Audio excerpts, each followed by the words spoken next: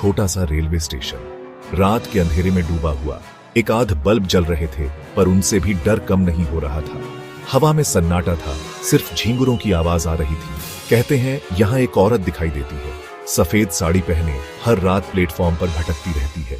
लोग कहते हैं वो किसी ट्रेन का इंतजार कर रही है जो कभी नहीं आएगी।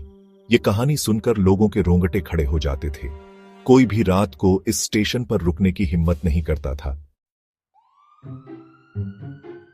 एक दिन एक यात्री इस स्टेशन पर आया। उसने यह कहानी सुनी तो हंसने लगा। आधी रात का समय था। अचानक यात्री की नींद खुली।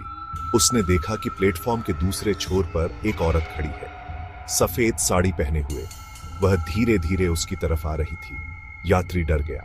उसने सोचा, कहीं यह वही औरत तो नहीं जिसके बारे में लोग बातें कर रहे थे। औरत उसके पास आकर बैठ गई।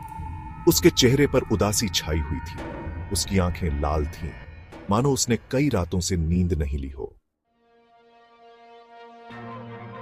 यात्री की हिम्मत नहीं हो रही थी कि वह उससे कुछ पूछे।